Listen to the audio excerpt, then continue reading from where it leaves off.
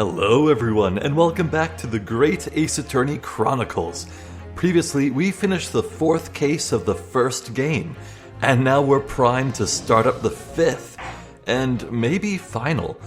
So, we'll continue, I suppose, right? Yeah. Let's go, this should be it.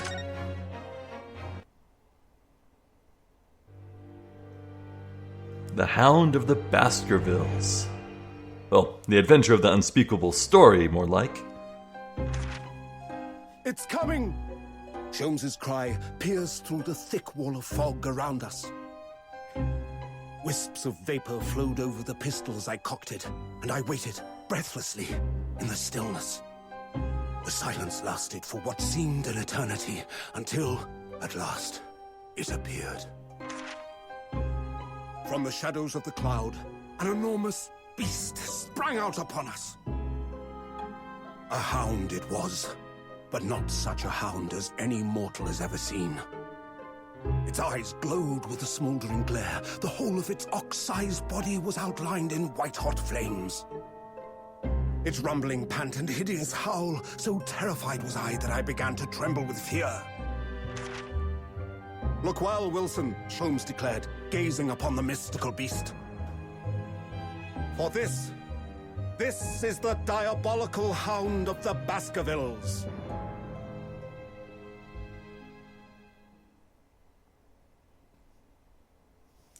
Don't worry, it's probably just like just missile, maybe? Hopefully not Anubis, that'd be bad. Our first 2 months in London passed by in a flash. Oh, wow, time skip. A little one, but wow.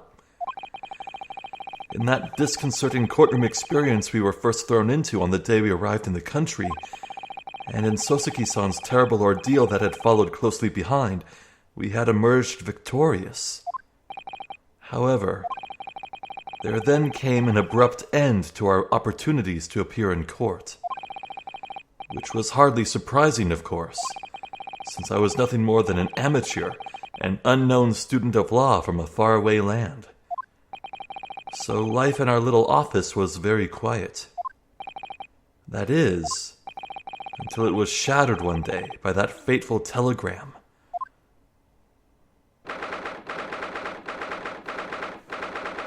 The morning of April. Naruhodo's legal consultancy. That's nice.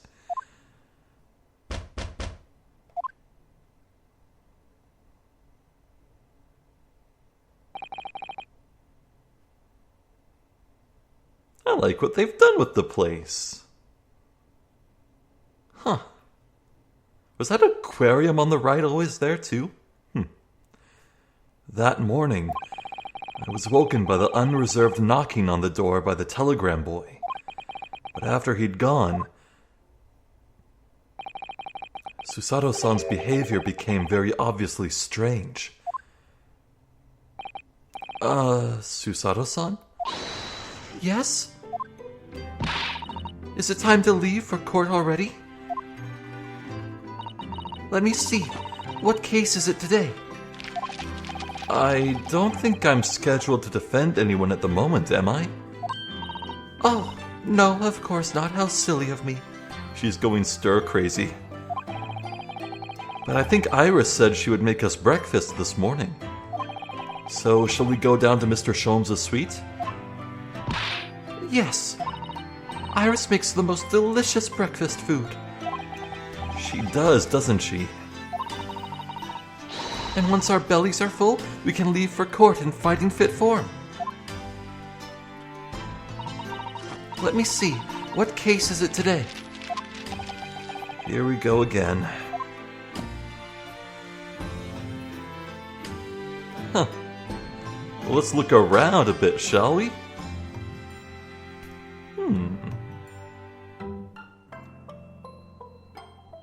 What is this? It's like I want to say use like this little wooden cup on a long handle to pour water, but... So this is the tea set that Susato-san brought with her from Japan. Let's hope she hasn't noticed me slipping sugar and milk into my cup when she makes it. It's just so bitter. Tea is a drink to be enjoyed, Naruhodo-san. You really don't have to force yourself to drink it, you know. I don't like to see you screw up your face, so... Fair enough. It's spring at last, and the weather is warmer now. But I love the smell of the fire and the steam rising from the kettle. Oh, would you like some tea, Naruhodo-san? Thank you, Susato-san, but I'm alright for now. With the green tea Susato-san makes me from the time to time in Iris's unique herbal infusions, this place is paradise for a true tea lover. Green tea is such a wonderful accompaniment to British tea cakes, don't you think? That spade has been in here since we started renting the place. Oh, that's not a spade, Naruhodo-san. It's a shovel. No way. No, shovels are for digging. That's for scooping up loose material. It's a spade. No, spades are for digging. That's for scooping up loose material. It's a shovel. I don't want to dig a hole for myself, so let's leave it.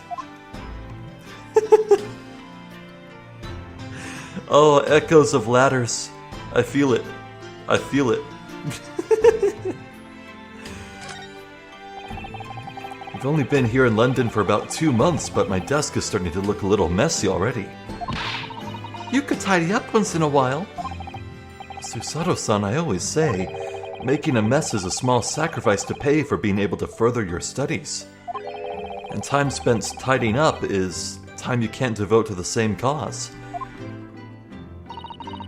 And time spent on ridiculous arguments is time that could be better spent on some simple housework. She wins. I'm supposed to be the lawyer here.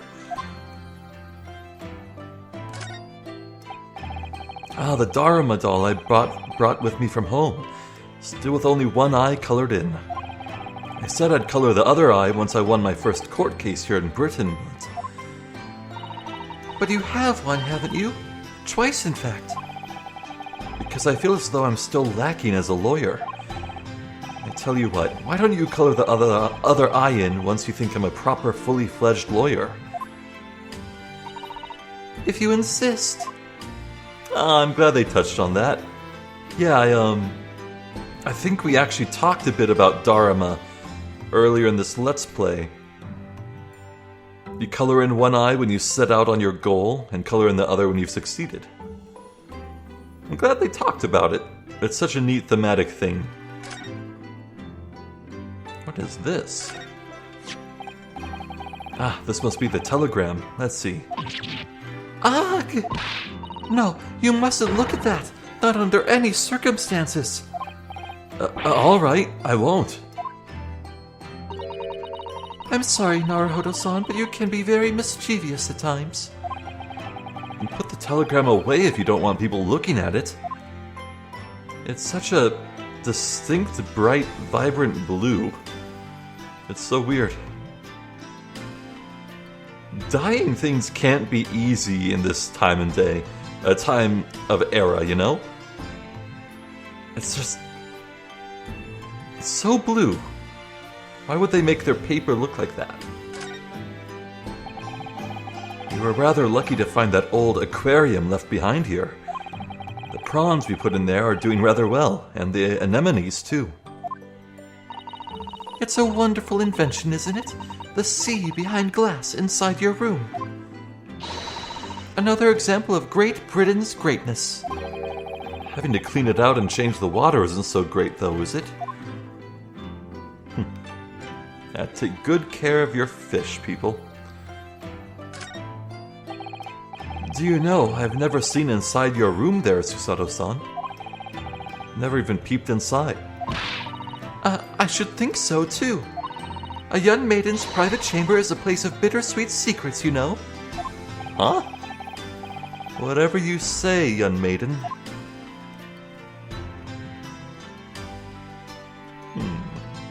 Well, I think that'll do it. So, let's present, obviously. It means a great deal to me, you know, that you cherish his armband so and wear it each time you appear in court. Well, it's very important to me. It's what shows that I'm a lawyer. And whenever I wear it, I feel as though it gives me strength through Kazuma. I absolutely can't be without it, especially when I'm at a critical point in a trial. But just the other day, I noticed you wearing it when we went to visit that park. Sometimes I forget to take it off. Fair enough. Now let's actually talk. So what was it about? The telegram that was delivered this morning, I mean. Oh, a telegram? I don't know what you're talking about.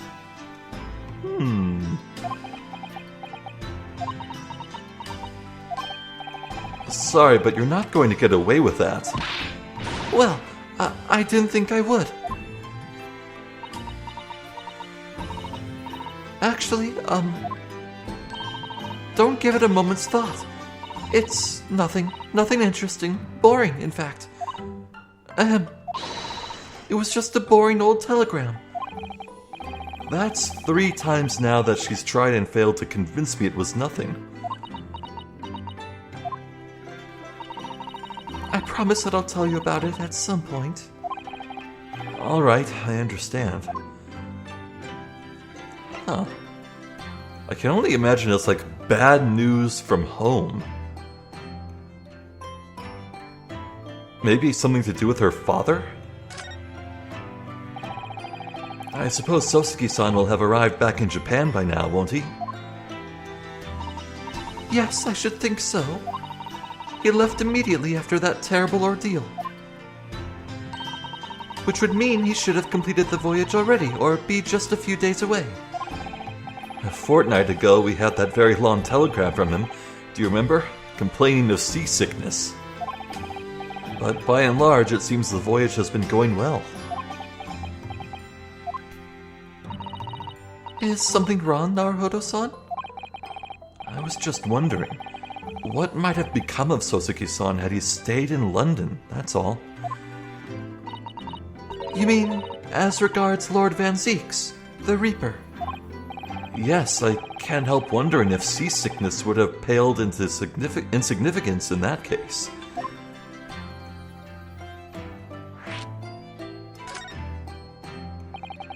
What is it they say?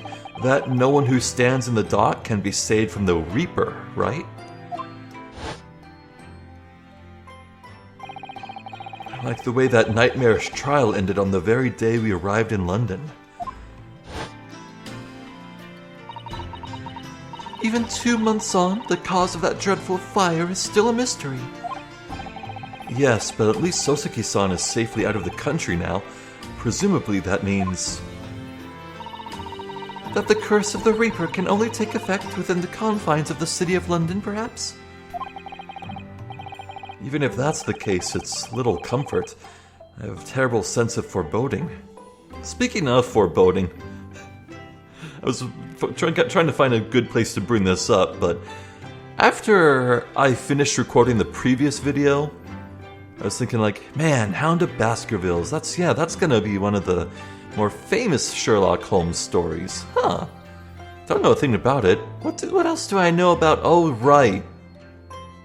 Sherlock Holmes is kind of famous for dying, isn't he? That's one thing I do know. Is that, I mean, sorry for spoiling something that's over 100 years old and in the public domain.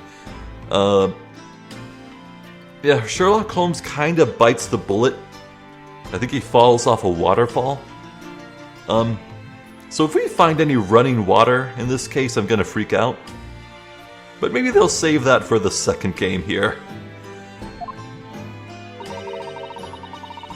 If the legend of the Reaper is to be believed, it would mean he wields the sword of justice himself. Come to think of it, I wonder what he's been up to these past 2 months. Surely not wielding that sword against more acquitted defendants. No, I don't think so. Apparently, Lord Van Zieks hasn't appeared in court once since our last encounter. Oh? Yes, since Soseki-san's trial. He's withdrawn from judicial service again, it seems. Really? Probably waiting for the moment to challenge Ryunosuke again. Just like before, when he wasn't seen in court at all for several years. So it's just been me who's had to face him in his recent spate of trials then. Just my luck. I wonder if luck doesn't come into it. Sorry? What was that? Oh, nothing. Never mind. Huh. Well, we talked about everything. Can we move? Oh, right. Sure. When you're ready, let's go downstairs for breakfast.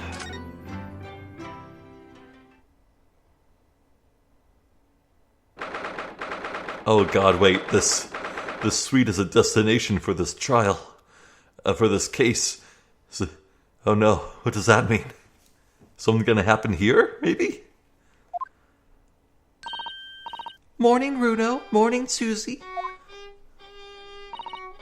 Good morning, Iris. Iris? What is it, Runo? What is that terrible noise? It sounds like a cat being strangled.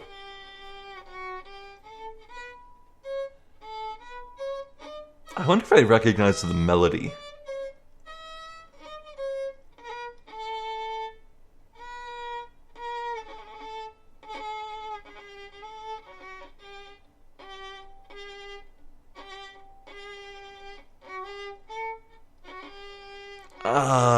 It's possibly a remix of some Ace Attorney song, maybe. Or maybe it's just a really old classical tune. I can't recognize it. Ah, yes, you noticed that, did you? Hurley isn't in the best form this morning, it seems.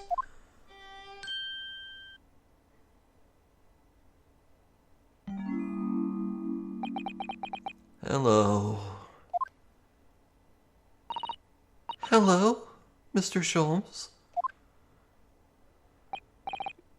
Good morning. A good morning to die, perhaps.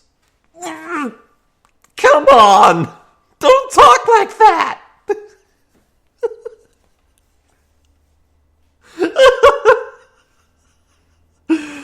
I can't believe he would say that right after I just started talking about... Oh my god!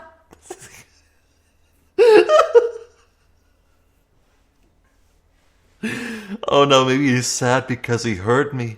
How thin are the floorboards in the attic? Maybe he heard everything I said.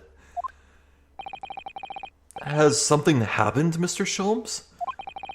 You look miserable, and the way you were playing the violin before.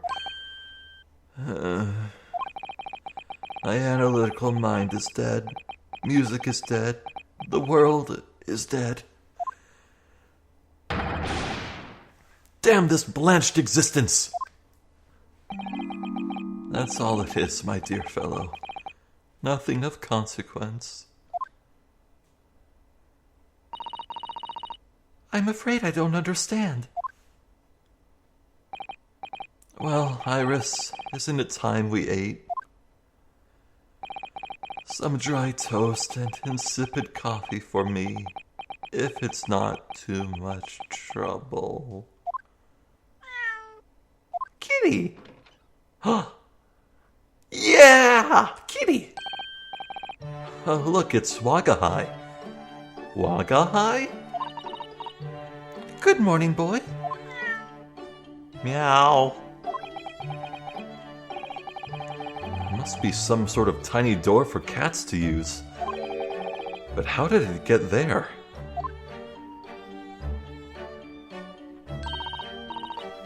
Well then, everyone, time for breakfast. Oh, wonderful. Let me help you, Iris. It would indeed be a fine day to die. Oh, I knew something looked different. Something's missing from Mr. Sholm's desk. Oh! That thing he never used ever. That's right. Huh. Okay, do I have to look at everything again for new dialogue? Oh god.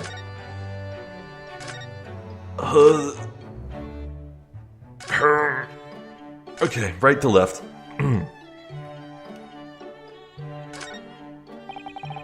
Come to think of it, I haven't seen Iris doing much writing recently. But there's paper already set up in the typewriter, look, as if she's about to start. That reminds me, when I mentioned that Iris was in the process of writing a full-fledged novel, Mr. Natsume was most impressed. Ah, yes, Mr. Natsume. That's what I'll be doing too once I'm back in Japan, he said through tightly clenched fists and teeth.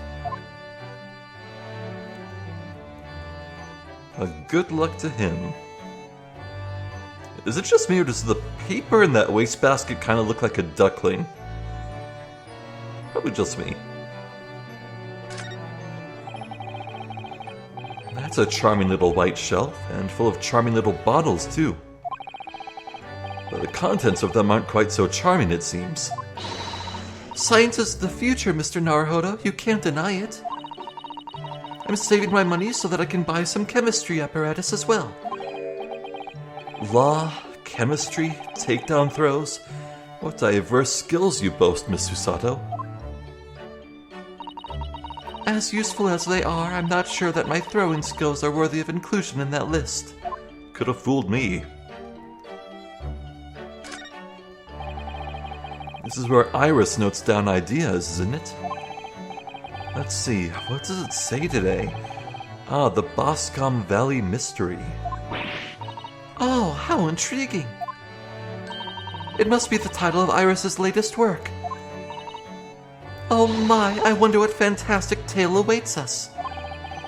Susato-san looks like an angel, but I bet she's dreaming of the most unsavory crime you could imagine. Tax fraud. Iris's beautiful tea set is there on the table as usual. A cup of one of her special herbal blends always helps me to relax when I'm feeling the strain. The English pastime of tea has many similarities with our own tea ceremony customs, don't you think? It's the idea of hospitality behind it. That's the essence of tea. The hospitality. Didn't I already use that pun in like a title of a video earlier? Yeah. These are all mementos of Mr. Sholm's past cases, I think. If he'd been involved in my case, I wonder if the beefsteak from Le Carnival would be on display here. A mystery shoe, a curious hammer, some mysterious dancing men, a bust of Napoleon. Oh, what an entrancing collection! Looks like an untidy assortment of junk to me, rather like what's on my own shelves. Well, you really ought to learn to keep your things in order, Mr. Naruhodo. No favoritism there. No favoritism there at all.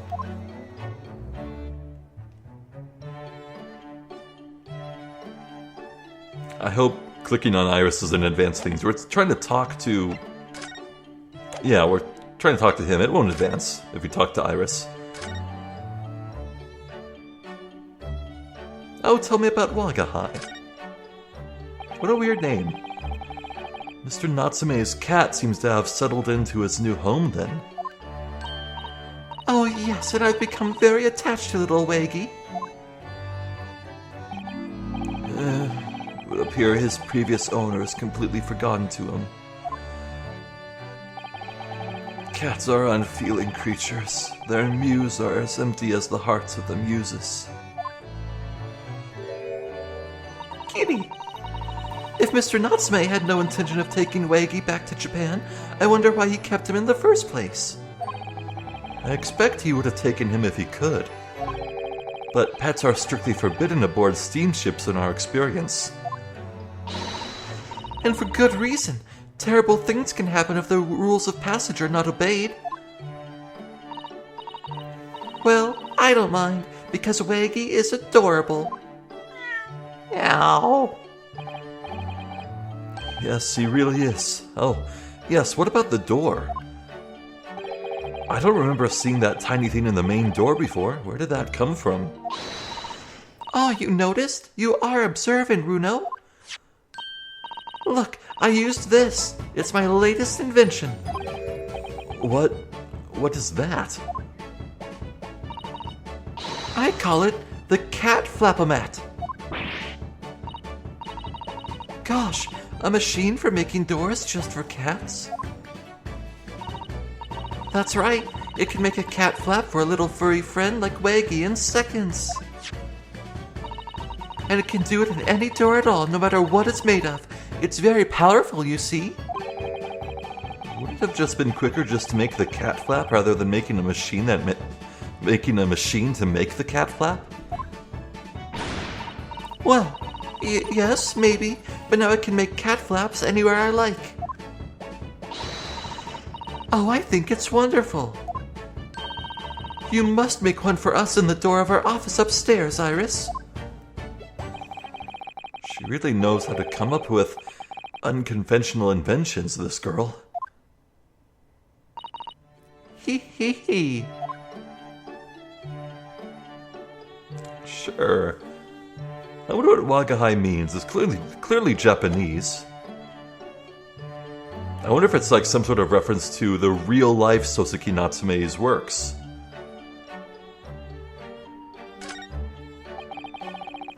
The fire is burning comfortingly in the grate again today. It's a very different feeling to a Japanese hibachi somehow. Oh, look at that photographic print of a lady displayed on the mantelpiece.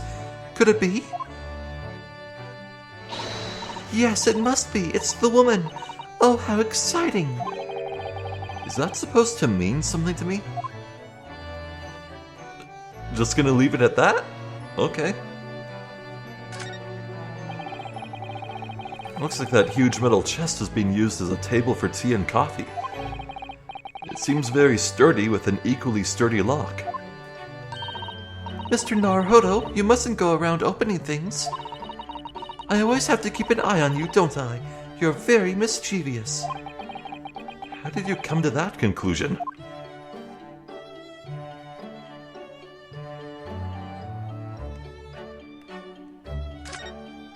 And over here, there's all sorts of these shelves. Chemistry apparatus, books, papers, and lots of things I've never seen before. It's all heaped up so high I can't help feeling that the whole lot is going to topple at any moment. Oh, it's such a charmingly untidy collection of paraphernalia, isn't it? Just looks messy to me, like my desk. But you, Mr. Naruhodo, must learn to tidy up after yourself. No favoritism there, then. Those bullet holes? Ah yes, the letters V and R inscribed on the wall. In bullet holes. Isn't it the initials of the Queen or something? Oh yeah. Queen Victoria R something. It's so delightful to see it in the flesh, having read about it in the stories. It was so inspiring. I fired 100 arrows into my own wall at home to make the character for Su of Susato, you know. Hold on. What does that look like? Hold on. One second. I need to look at this right now.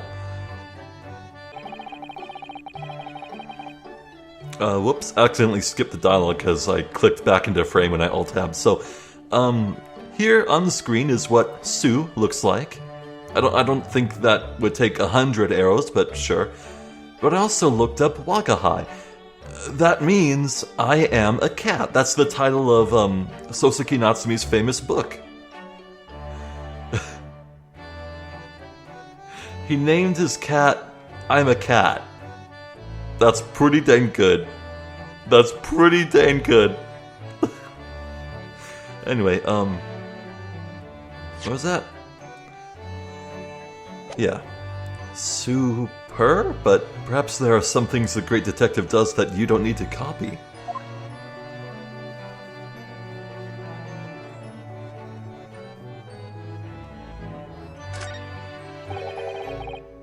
Look at Mr. Sholmes's desk. It's completely clear. Isn't that enormous machine usually on it? We can never hope to understand what goes on in the great detective's mind, Mr. Naruhodo. Why, next time we're invited, we may find he's vacated the entire suite. That's scarily plausible, actually.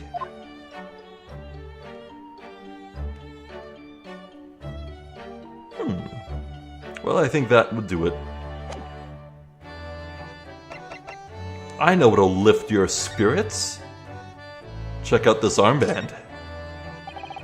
Mr. Sholmes, could I ask for your opinion about this? You lure me to raise my languid head with the promise of some mental exaltation. Yet in my morbid depression, I am confronted with the most mundane of problems. Oh. My mind finds greater stimulation in the unforgiving monotony of the floor than in your miserable offering. Always glad to help. Oh, my head weighs heavy on my shoulders. What a drama queen. You seem to be very unhappy this morning, Mr. Sholmes. What's happened? It used to be the case that, in my hands, this violin sung like the dawn chorus. Its mellissonant tones would make flowers bloom. It would. But now, the muses are unamused with me. The goddesses of music have thrown me over. Whatever do you mean, Mr. Sholmes? For hours I have bowed, for days even. Through the night I have endeavored to no avail. That sound, my tone, is lost. That brilliant, clear, unwavering tone. Gone forever! No more recitals of unbridled emotion! Well, you haven't been practicing much lately, have you, Hurley? Don't worry, I'm sure it'll come back to you in time. Heed my words, Mr. Naruhodo. The goddesses of the arts are fickle. One day they bestow genius on a man, the next they unmercifully withdraw it. Oh, dear. Why is this happening to me? If they take the turn I have with the violin from me, what is left for pity's sake? What is left?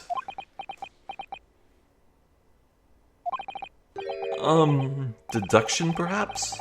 Isn't that what you are known for?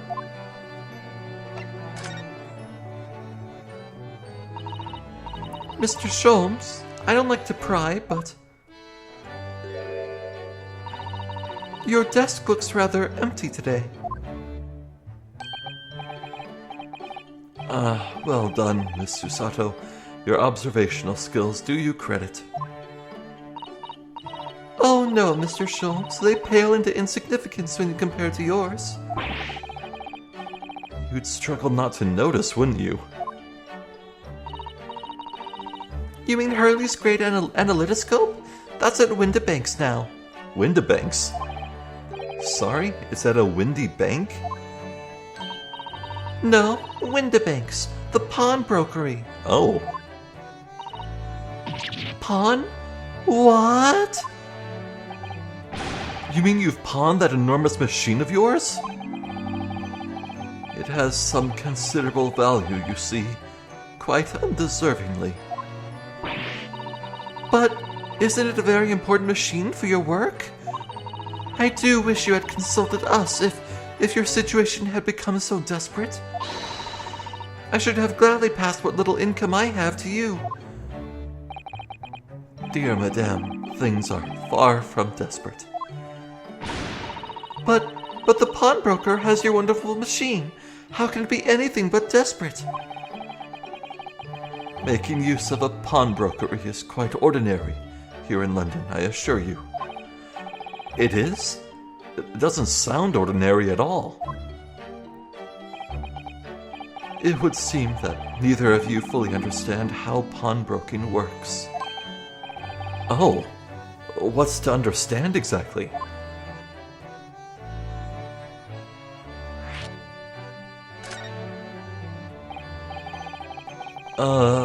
What did you mean when you said we didn't fully understand how pawnbroking works? To the people of London, pawnbrokeries are akin to banks. Banks? On Mondays, merchants relinquish their finest jackets and trappings to their pawnbroker of choice. With the money they receive in return, they are able to trade happily through the week. And then on Saturdays, they go to recover their things using the money they've earned. I had no idea. This has been a fascinating lesson for us. Everyone does it, you see, especially people in inner London. And should they have money to spare, they would purchase another fine jacket. Not to wear, obviously, but to pawn should the need arise. Oh, how ingenious! So whenever we have something that's getting in the way, we leave it at Windibanks, you see? A pawnbrokery can be thought of as an extremely secure vault. Who would have thought that even pawnbrokers are different here in Great Britain? Of course, you have to watch Hurley with it. Sometimes he pawns things he really shouldn't. Don't you, Hurley?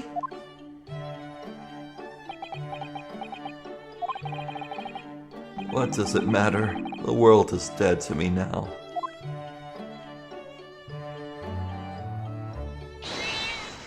Meow! Oh, what was that? Waggai? Well, here's the sound of a dead cat. What was that? Oh no! Wakahai's tangled up in your violin! I think he thinks it's a toy. No, what's he doing to it? Oh dear, Mr. Sholmes' precious violin. Isn't it a thing that violins and guitars are made of catgut strings? Maybe this is vengeance. Why should I care? What? I shouldn't be surprised. If the cat is a more accomplished musician than I now.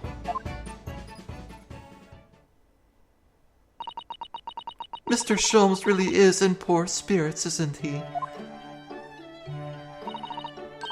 Well, anyway, I'll put it back where it lives, shall I, Hurley? Out of the cat's reach, if possible.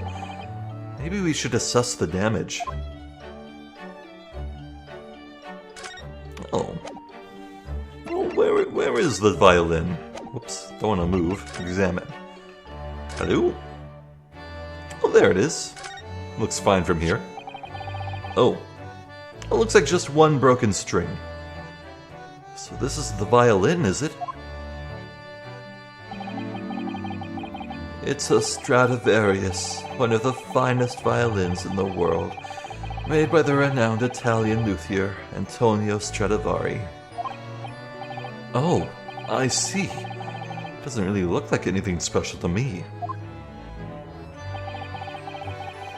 I happened upon it covered in dust, languishing in a pawn shop down a nondescript back alley.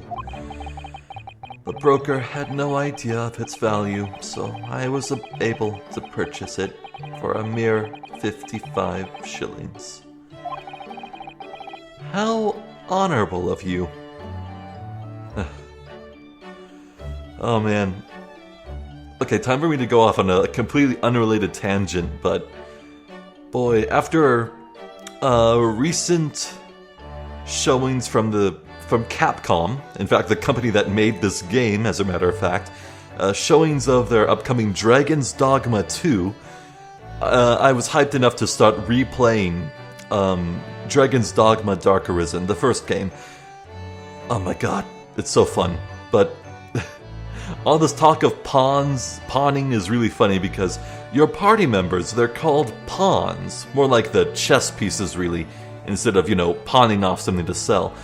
But more to the point, there actually is, in the main city of Dragon's Dogma, a seedy back alley pawn shop that actually pawns goods, but it's just the coolest thing in the world, and I want to share it just for people who aren't aware of it, aren't familiar with the game. So this pawn shop, the Black Cat, they have a duplication service. If you present any item in the game to them, they will make a perfect forgery. The only catch is that it can't replicate the magical effects innate on some things. So, the most practical use for the Black Cat forgery is to get one extra upgrade material. Say a blacksmith needs, one more Cyclops eye to upgrade your sword. You could go out hunting another Cyclops, which is a big hassle, or you could run over to the Black Cat and pay a pretty hefty fee to duplicate an extra Cyclops eye. And for some reason it works to upgrade your materials, don't ask me how. But the single coolest thing is that you can duplicate quest items. All sorts of quest items. You could recover sensitive documents and return them to the law, but you could also make some duplicates and hand them off to seedy criminals for extra profit. But the best one... So, during the main story of that game, the local duke, the lord of the land who lives in the castle, he asks you to hunt down a rogue wizard, his former court wizard that made off with his magical dukely signet ring. And when you go through the whole dungeon and you slay the sorcerer and you pick up the ring from his body, you realize, oh my god, just by having this ring in your inventory, not even equipped, just in your inventory, it speeds up all your spell casting by 10%. It's just huge. It's just unbelievably good, so of course you want to keep it.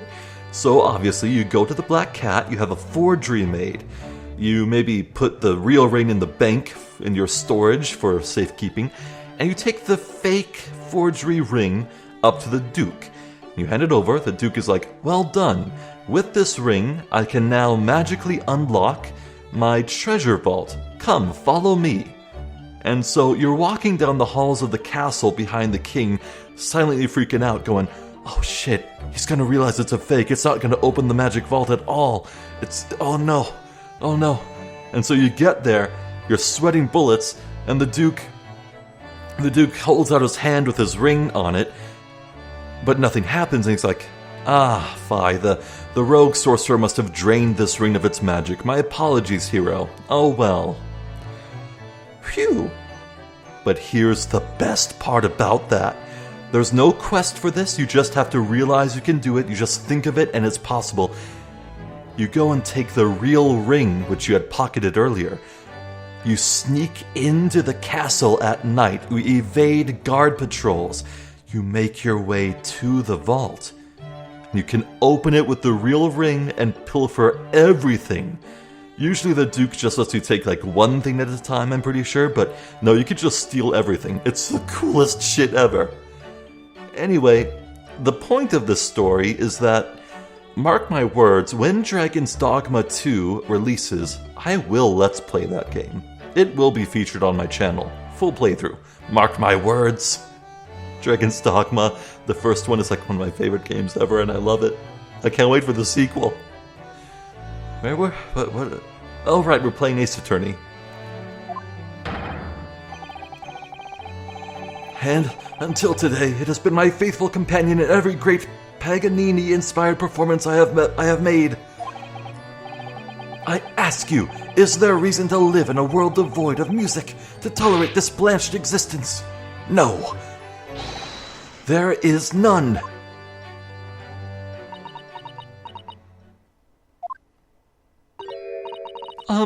Mr. Sholmes?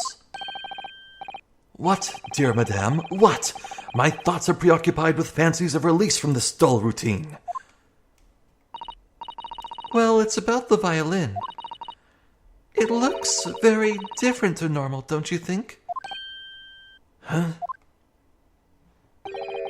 What do you mean, Mr. Sato? Oh, Susie's right. Yes, the tone of the wood is completely different. Huh? And that's not all. I'm sure there was no crack here before. Oh, there is a crack. Wait, it's not even the right size, is it? What is this?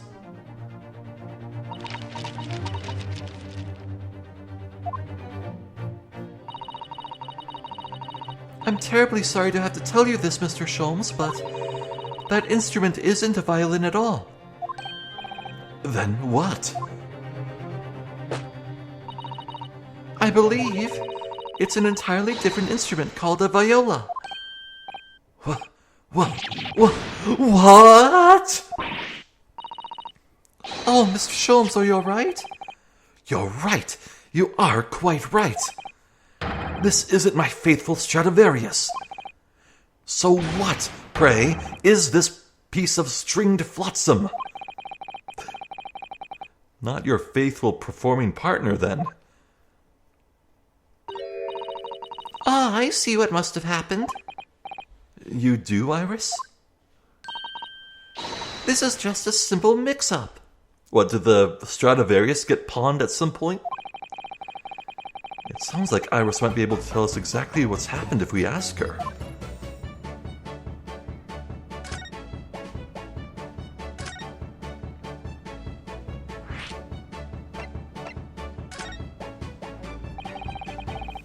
What did you mean by a mix-up, Iris? Well, you see, this viola, I mean,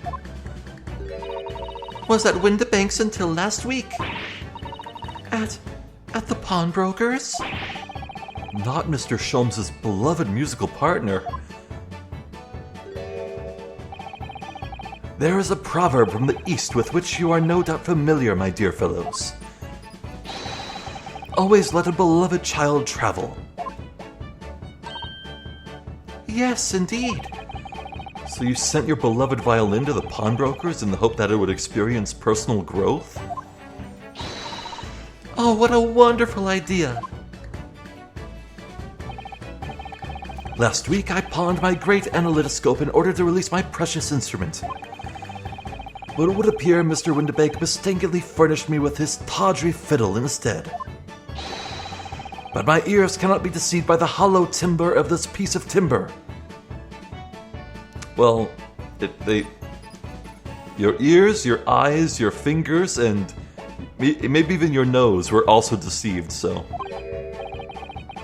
No, but your every sense was deceived by the fact that it just had strings. Pshaw, a fine state of affairs this is, and why I always say, Mr. Naruhodo, never trust a pawnbroker. They will try to fiddle you every time. But earlier you told us that you could think of a pawnbroker as an extremely secure vault.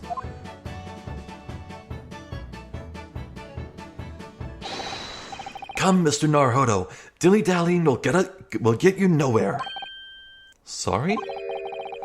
Crunching your toast with that vacant aspect, fussing your coffee so obtusely. Are you not a little embarrassed by your own conduct, considering the urgency with which we are faced? Isn't he talking about himself? We must visit Mr. Windibank's brokery at once. That's right, isn't it, Mr. Sholmes?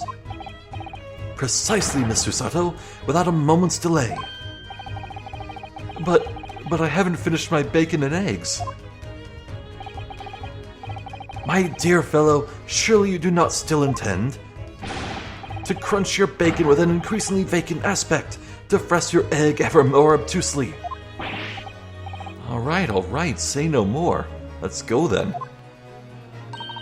Don't worry, Runo. I'd be happy to heat it up for you again later. Reheated eggs? Bleh. Reheated coffee? Wow! Thank you, Iris.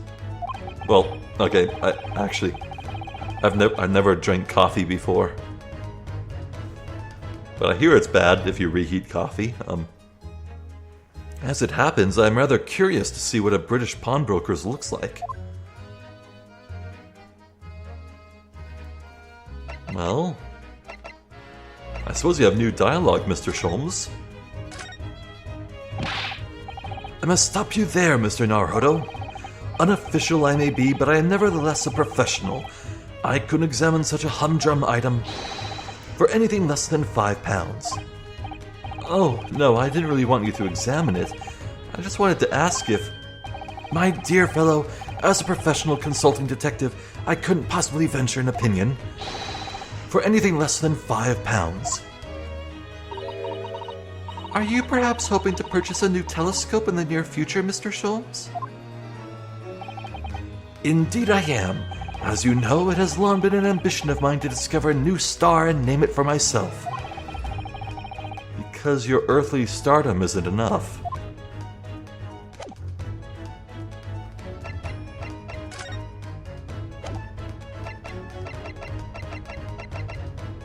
Well, sure. Let's move. Oh. 2 new locations. The street right outside. Oh, it's right near the pawnbrokery. Interesting, but let's visit the street first. One thing at a time. Right, so no one to talk to here. There's 221B. And there's the pawnbroker. Interesting.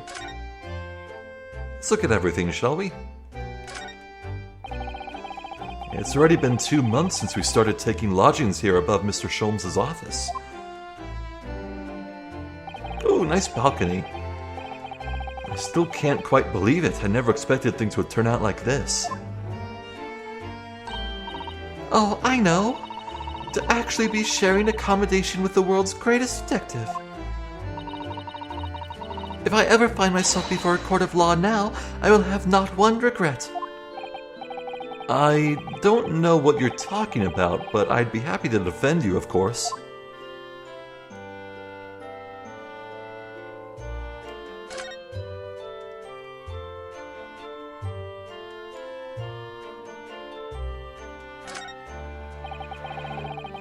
Look at all the different things in the window of this shop.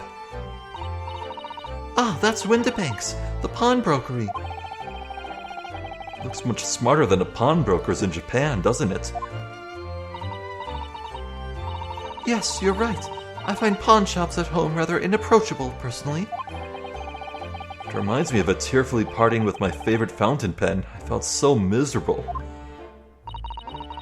What doesn't kill us makes us stronger, Mr. Naruhodo.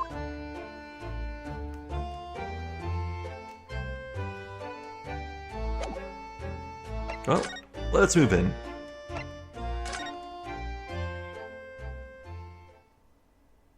What ridiculous character are we gonna see? Okay, well... Oh, good lord, I thought Sholmes' residence was cluttered. Oh my god.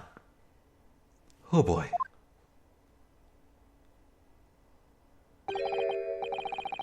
So this is a British pawnbrokery. Actually... Okay, this might be because I went on a very long tangent about Dragon's Dogma. But I think this might actually be the best place to end things. I don't know how long this next sequence could be. It's up in the air. Don't exactly want to spend another, 10-15 minutes before there's an organic place to end things. So, I'll take this one.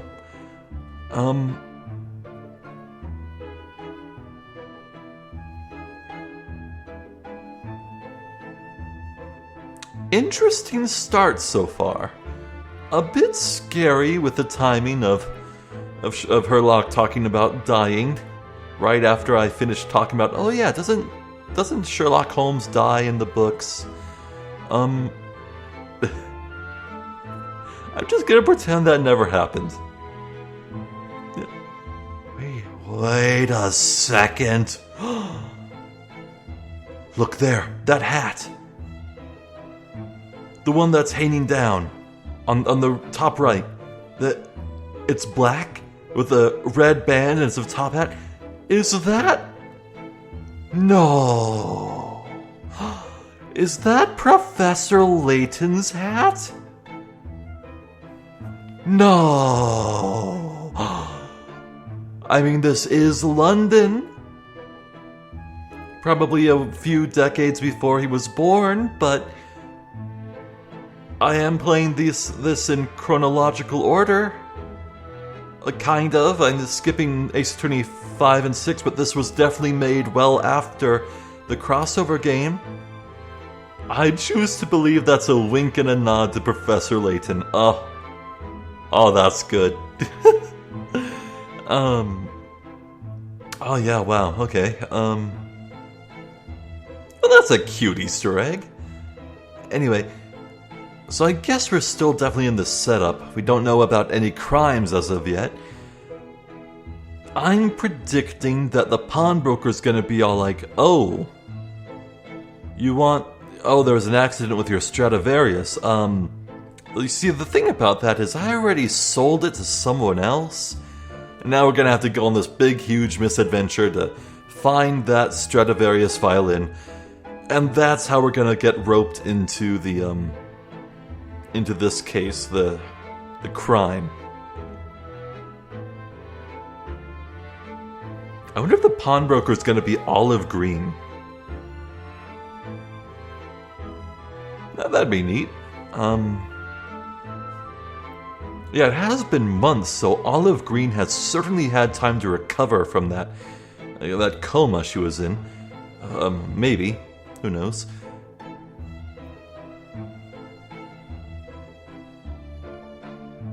Oh, I see more shovels or spades in the bottom left. Oh, that's gonna be fun to look at. Huh.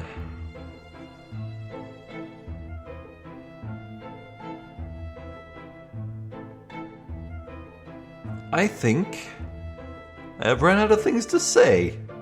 But it was fun to see a new side of Sherlock Sholmes. He's not always so energetic. When one thing goes wrong, he has a creative burnout. Just like me, actually. I doom spiral pretty hard when things go badly for me. It's relatable.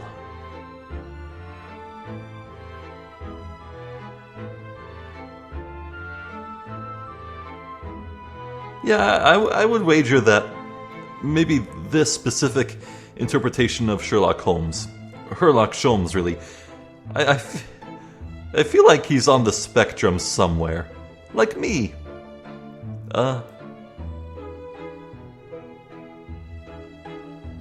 I'm Zephyr the Jester. This has been the Great Ace Attorney Chronicles. Go play Dragon's Dogma, it's a really good game. Thank you for watching. Go play Dragon's Dogma.